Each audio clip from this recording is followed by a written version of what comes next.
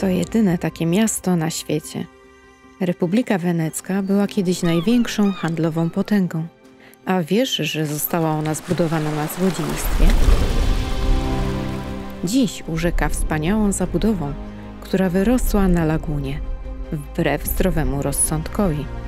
Przygotowaliśmy mnogość ciekawostek i garść dobrych rad, jak zwiedzić Wenecję i nie zbankrutować. Ciao! Nieprzypadkowo witam się tym słowem, bo to właśnie z Wenecji ono pochodzi. Pierwotnie oznaczało niewolnik i oznaczało, że jesteśmy do Waszych usług. Tak jak i my chcemy Wam pokazać piękno Wenecji, która położona jest na 118 wyspach, a teraz stoimy na jej głównym placu Świętego Marka. Tutaj bije serce miasta. To najbardziej rozpoznawalna jego część. Nic dziwnego, że niemal zawsze jest zatłoczona. Jego historia wiąże się niepodzielnie z imponującą świątynią, wybudowaną w stylu bizantyjskim, bo początek istnienia Wenecji z Bizancjum był ściśle związany.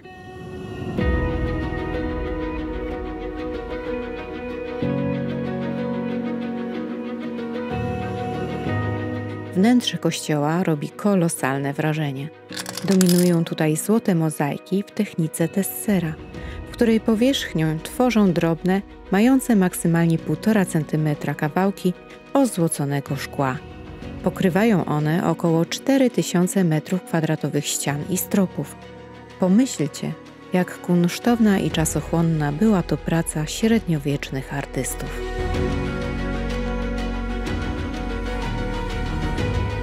Drugi pod względem popularności zabytek w całych Włoszech, po rzymskim Koloseum, Bazylika Świętego Marka z relikwiami tego świętego. Zginął w Egipcie, a w IX wieku według legendy dwaj kupcy weneccy wykradli jego ciało i przewieźli, nakrywając je mięsem wieprzowym. Muzułmanie przez to nie przeszukiwali transportu i tak właśnie znalazło się ono w Wenecji. Uznaje się ten moment za swoiste oderwanie się Wenecji spod kurateli państwa bizantyjskiego. Święty Marek stał się patronem Wenecji, a skrzydlaty lew, jego symbol, ozdobił ich flagę. Republika Wenecka rosła w siłę, pielęgnując swoje kupieckie tradycje, doprowadzając je niemal do perfekcji. Aż do końca XVIII wieku, gdy Napoleon wkroczył do państwa, Wenecja była rządzona przez dożów, urzędujących w swoim monumentalnym pałacu.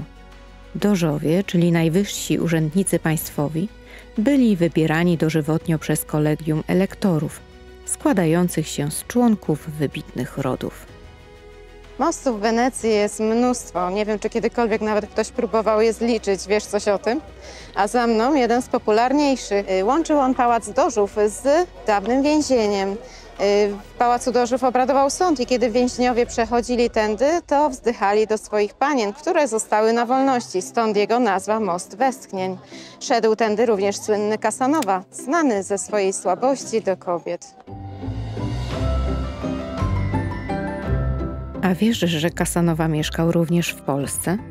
Ponoć miał nadzieję zostać sekretarzem króla Poniatowskiego, ale po wygranym pojedynku z Franciszkiem Ksawerym Branickim popadł w niełaskę u króla i ten nakazał mu opuszczenie kraju. I dobrze, bo chyba jednak nie do końca znał się na pięknie kobiet, skoro w pamiętnikach napisał o Polkach. W ogólności płeć piękna jest brzydka w tamtej krainie. Musiała przez niego przemawiać gorycz.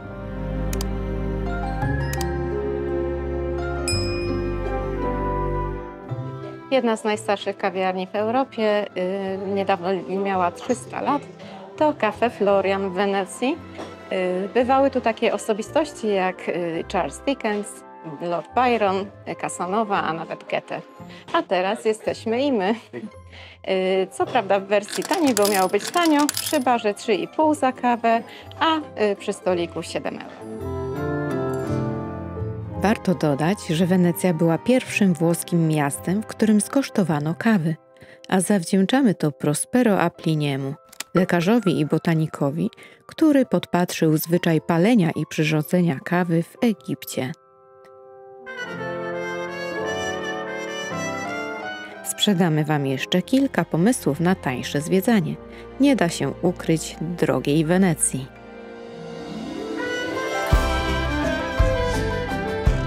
Na weneckie wyspy nie dostaniesz się samochodem, można poruszać się tu tylko specjalnymi tramwajami wodnymi. Co ciekawe, nawet kurierzy muszą przeładować swoje towary i również poruszać się tymi tramwajami. Przejażdżka nie należy do najtańszych, ale troszkę to obeszliśmy, bo normalnie za 75 minut trzeba zapłacić 9,5 euro, a my za bilet 3-dniowy zapłaciliśmy 45 euro i będziemy mogli się poruszać przez 3 dni różnymi środkami tutaj transportu po Wenecji. Zwiedzanie miasta polecamy zresztą rozpocząć od rejsu takim tramwajem ze stacji kolejowej Santa Lucia lub ostatniego przystanku autobusowego Piazzale Roma przez Canal Grande. To kanał wodny przecinający wyspę i ukazujący unikalność miasta. Morze wlewa się wręcz do domostw stojących w wodzie. Mijamy też najsłynniejszy z mostów – Rialto. A wiesz, że to jest najstarszy most poprowadzony nad Canal Grande? Jest też oczywiście najpiękniejszym i najbardziej popularnym. Co ciekawe, aż do 1854 roku był to jedyny most, którym można było pokonać tę cieśninę w kształcie odwróconej litery S.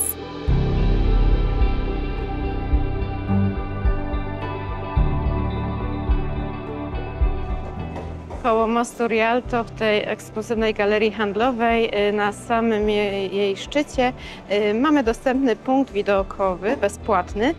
No niestety trzeba go rezerwować przez internet i próbowaliśmy w domu. Niestety cały listopad był już obłożony, więc nie było szans.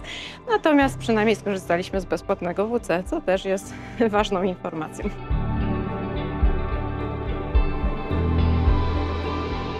Po drugiej stronie kanału stoi na pierwszy rzut oka niepozorny kościół San Giacomo di Rialto.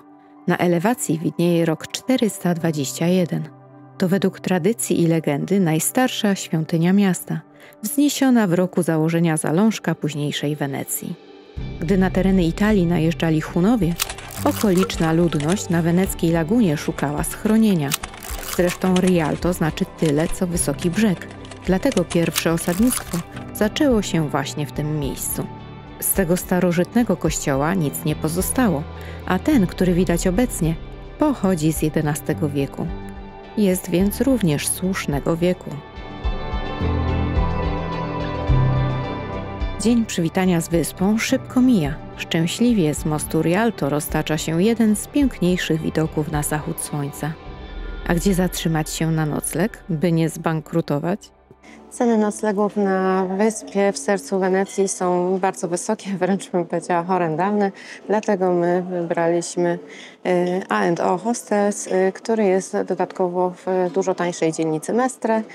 Pokoje są wygodne, śniadanka jak widać dobre, a do tego hostel znajduje się przy dworcu i praktycznie przy przystanku autobusowym, dlatego jeśli wykupisz bilet okresowy, to w 15 minut możesz znaleźć się na wyspie. Jeżeli już o wyspach mowa, dzisiejsze miasto Wenecja leży na lagunie. Ta składa się z setek wysp, więc zanim wrócimy do odkrywania uroków historycznej Wenecji, popłyniemy do innych kolorowych miejsc. W szczególności polecamy 3 wyspy, również dlatego, że zdecydowanie tutaj mniej turystów, choć mniej nie oznacza mało.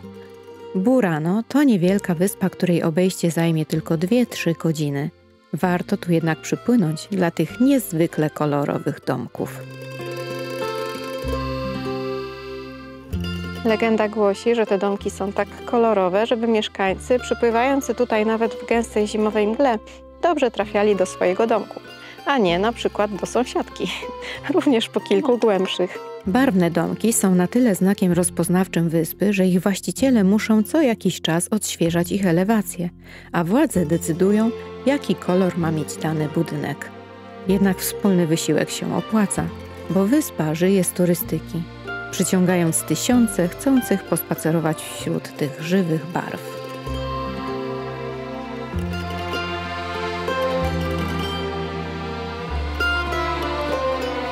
Nieprzypadkowo dzisiaj ubrałam sukienkę z koronką. Jesteśmy na Burano, które słynie właśnie z koronek. Niemal w każdym sklepie znajdziecie tu małe cuda. Jest też muzeum odpłatne, a w tej galerii, która znajduje się za moimi plecami, można zarówno kupić, jak i pooglądać prawdziwe małe dzieła sztuki. Niektóre egzemplarze sięgają swoimi początkami XVI wieku. Znajdziesz tu również wachlarz należący do króla Ludwika XIV oraz przepiękną suknię ślubną całą z haftu, wykonaną w XVIII wieku. Jedyny w swoim rodzaju unikat w skali światowej. Włosi znani są z pysznej pizzy. Nie odmówiliśmy jej sobie jednak w nieco innym wydaniu. Rotolo to zrolowana pizza, dobra na zaspokojenie małego głodu, przed wypłynięciem na kolejną wyspę.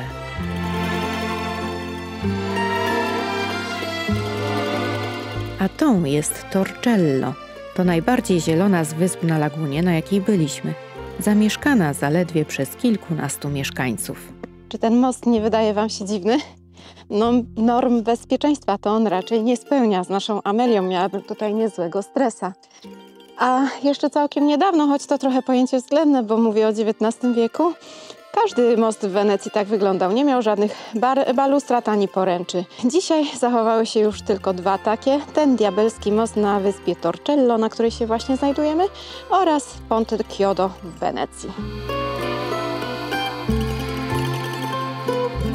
Torcello poszczycić się może najstarszym kościołem na lagunie, którego początki nie są owiane legendą. To bazylika wniebowzięcia Najświętszej Maryi Panny z VII wieku. Przez blisko 1200 lat była katedrą diecezji Torcello. Jeszcze do dziś widać tu ruiny baptysterium z dużym basenem, w którym dokonywano obrzędu chrztu. Dopiero w średniowieczu zastąpiono zanurzenie ciała polewaniem głowy chrzczonego. Obok stoi kościół Santa Fosca z XI wieku, czyniąc kompleks wspaniałym przykładem architektury wenecko-bizantyjskiej.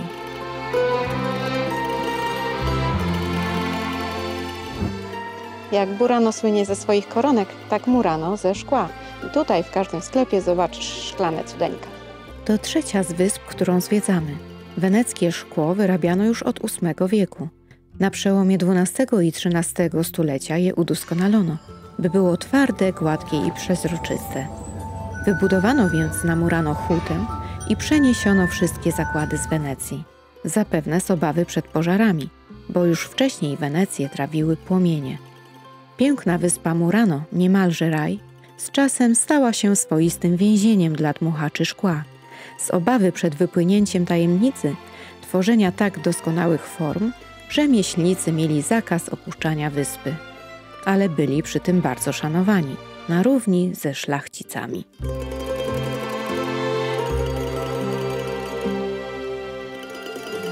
A wiesz, że wkrótce Wenecja może stać się jeszcze droższa dla turystów?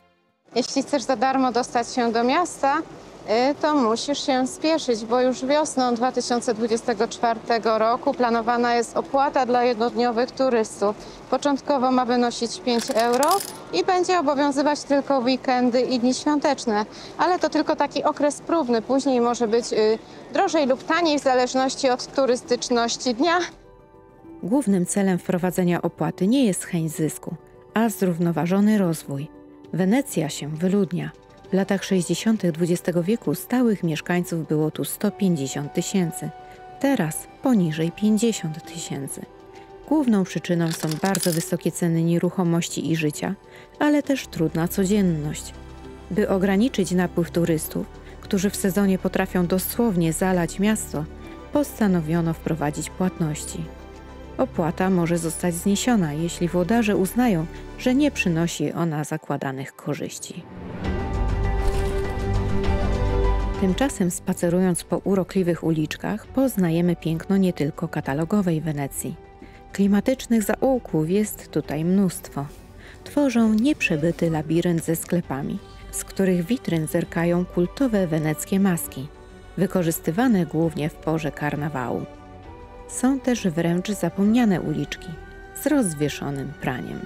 czasem tak wąskie, że światło słoneczne zerka tylko z kończącego je kanału. Musiałam ściągnąć kurtkę, żeby przecisnąć się przez tą najwęższą uliczkę Wenecji i jedną z najwęższych na całym świecie. Ma raptem 53 cm szerokości, a prowadzi jak zwykle wszystko tutaj w Wenecji do wody. A wiesz, że listonosze nie mają tutaj łatwej pracy? Niełatwo znaleźć tu konkretny adres, choć numery są niemal na wszystkich domach. Ten jest wysoki, a to dlatego, że nie było swoistych ulic, tylko numery dotyczyły całej dzielnicy. Stąd numery sięgające kilku tysięcy. Zdarza się, że znaleźć można sąsiednie mieszkania dzielące kilka tysięcy w ich numeracji. Dlatego Wenecjanie posługują się raczej punktami orientacyjnymi niż adresami domów. Spacerując, można trafić do fajnych, niedrogich jak na Wenecję, knajpek, gdzie można dobrze i niedrogo zjeść. Obiecywaliśmy Wam tanie zwiedzanie, więc w Wenecji koło placu Świętego Marka Dalmoros i szybkie, tanie pasty, które można wsiąść i iść albo zjeść na miejscu na stojąco. 7 piątka. Dobrym wyborem są też drobniejsze tutejsze przysmaki. Słynne weneckie przekąski to takie oto cicchetti, czyli niewielkie kanapeczki. Mogą być z serkiem, szynką bądź owocami morza. Ja akurat mam z ośmiornicą. Coś na kształt cieszyńskich kanapek. Tania i szybka przekąska. Tutaj kosztują od 1 do 3 euro. Można wziąć ze sobą albo usiąść na chwilę, odpocząć w towarzystwie takiego spritza. Wędrując, można nieraz natknąć się na większe place, których jedną z pierzei zajmuje monumentalna elewacja bogato zdobionej świątyni. Wiele z nich jest dostępnych za darmo. Wnętrza nierzadko są świadkami świetności i bogactwa miasta, także warto do nich zajrzeć. Jedna z nich stała się kolejnym symbolem miasta, głównie z powodu pięknego położenia. Mowa o bazylice Santa Maria della Salute. Została wystawiona jako dziękczynienie po zakończeniu epidemii dżumy, która porwała ze sobą 1/3 ówczesnych mieszkańców. Dżuma zresztą już wcześniej dawała się we znaki Wenecjanom, bo już w XIV wieku w obawie przed nią wymyślono kwarantannę, czyli 40-dniową izolację osób, które tutaj przypływały. A już wtedy po kanałach poruszali się słynnymi łodziami. Co powiesz na romantyczny rejs gondolami? Kiedyś było ich znacznie więcej i były tym, czym są teraz po prostu tramwaje wodne, zwykłym środkiem lokomocji. A gondole dzisiaj to po prostu atrakcja i to nie tania. 80 euro kosztuje taki 30-minutowy rejs. Podobno jedynym zagranicznym gondolierem jest Polak, ale nie wiem, na ile jest ta informacja jeszcze aktualna. Może ty wiesz? Słowo gondola zostało użyte po raz pierwszy już w XI wieku, choć łódź dopiero w okolicach XV wieku zyskała swój charakterystyczny smukły kształt, ułatwiający poruszanie się po wąskich cieśninach. Każda wytwarzana jest ręcznie i może kosztować blisko 200 000 złotych. Czarny kolor jest obowiązkowy, bo bogate rodziny, chcąc się wyróżniać, przesadzały w dekorowaniu łodzi i wydano dekret o kolorze. Muszę jednak przyznać, że tak zdobione łodzie kojarzą mi się nieco z naszymi karawanami pogrzebowymi. Muzeów w Wenecji jest bardzo dużo. Jeżeli zamierzasz je zwiedzać, to rozważ zakup karty Wenecja Unica, turystycznej karty miejskiej. Pozwoli Ci to zaoszczędzić nieco grosza. My zwiedzaliśmy jedno z nich z powodu misternego stropu, a wiecie, że je lubimy. To wspaniały renesansowy gmach Scuola Grande di San Marco. Jest tutaj też szpital miejski, więc niektóre ogromne korytarze można zwiedzić za darmo. To na piętrze mieszczą się jednak najbardziej wystawne sale, które kryją muzeum wcześniejszej szkoły.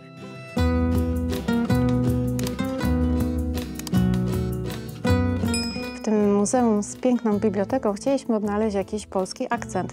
Zapytaliśmy nawet panią pracującą, no ale okazuje się, że jedynym polskim akcentem, jaki tu znaleźliśmy, to właśnie ta pani, która pochodzi z Polski. Czasy XV wieku, gdy powstawała fasada tego budynku, to ich złoty wiek. Wenecjanie panowali nie tylko na wyspie, Tworzyli również liczne forty we wschodniej części Morza Śródziemnego. Tak było na przykład na nieodległej Istrii czy na greckiej Krecie, którymi władali.